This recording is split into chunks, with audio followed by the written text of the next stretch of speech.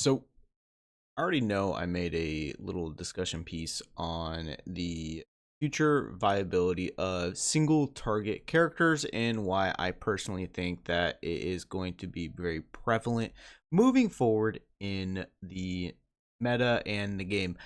However, I need to I need to also talk about the future ability of the follow-up attack team. Now, again, I hate to sound like an old broken just anything, but this revolves around Fei Xiao, and that while yes, she is a single target unit, she also does provide follow up damage, which does help her use her and get to her ultimate a lot quicker. And the more times you have an ally do a follow up attack, and her do a follow up attack, she builds up her bar and meter to get to the ultimate, able to reach, I believe it is 12 stacks and doing massive amounts of damage. However, it's not just her. Obviously, right now we have Yun Li, and she is a follow up damage dealing monster in her own right. As we can see here, Pride One has her T1 and all of the major top aspects, but also the fact that we had Jade recently, who is very good at follow up attack dealing damage, being an erudition unit as well, helps her out tremendously. Um, so what do I mean by the longevity of the follow up attack team? Well, as it stands right now, the current ideal follow up team, honestly, depending on who you ask, quite frankly, is going to be anchored. I think by everyone is going to agree on this by Aventurine.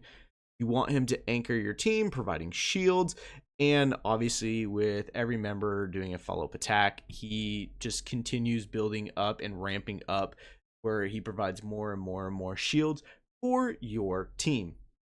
After him, you want to run again, ideally, Topaz and Numby because, she's really good. Not necessarily the fact that like, oh, she's the best damage dealer on the team. She isn't.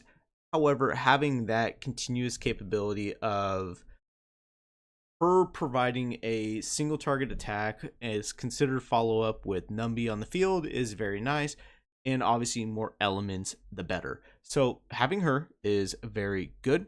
After that, quite frankly, you can go a bunch of different routes. If you want to have a harmony character on the team, then you run Robin. That's just like, you just do that because she's catered towards the follow-up attack team, providing more damage, providing more crits, all of that good fun jazz. I mean, you could run Ruan Mei, but honestly, for specific team wise, want Robin as she provides the most for that team. Again, for like synergy and for you know weakness, depending on the boss you're fighting, you might want to run another imaginary unit in Dr. Ratio. That's always an option.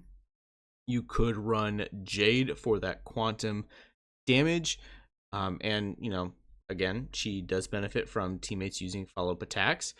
You could also run another Himiko for, more fire. You could run Jing Yuan for that electricity. And then for physical, you could have Clara or Yun Li. So, obviously, this is going places, and we've had a lot of recent units thrown on that do a lot of follow-up damage. Obviously, I know there's other characters I'm missing, but I just want to get this broad statement across, is that the follow-up attack team is positioning itself, I want to say, into a very good spot. Personally, the team that I run when I farm content or when I want to get relics or all of that is, for me, it's just the bread and butter. I can just put on auto. It does everything. Is Acheron, Aventurine, Black Swan, and Kafka. You have enablers for Acheron to get her ultimate off quicker. Aventurine is there just to supply shield, also with the follow-up from Kafka, and then Acheron just doing a lot of damage. However, with the way this follow-up attack team is going to be positioned, and once Fei Xiao is out, they are going to have arguably the best DPS character in the game. again, arguably the best like preservation character in the game. So these two already are going to anchor a follow-up attack team that's going to be stupid strong. Now, whether Hoyoverse wants to continue down that route, it's entirely up to them. We don't know any information about 2.6 characters.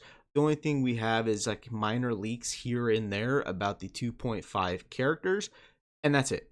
We won't know anything about 2.6 until we are closer to the release of 2.5 and like a week or two-ish after 2.5 does release. So as someone who is an enjoyer of the follow-up attack team, it is kind of cool. Once Feixiao comes out, I definitely do think I'm going to be running the Aventurine, Feixiao, probably Topaz, Nummy, and Dr. Ratio, just hyper offensive team, just for shits and giggles, just to see how it goes. But it's definitely something I am looking forward to. Can Feixiao be splashed in on a bunch of teams? Yeah, you can splash her on a hyper carry, DPS centric Jingliu esque team, and run her on the follow-up attack team. Bunch of different options, but I am very, very excited and looking forward to the longevity of the follow-up attack team and just how well it's going to do in the future.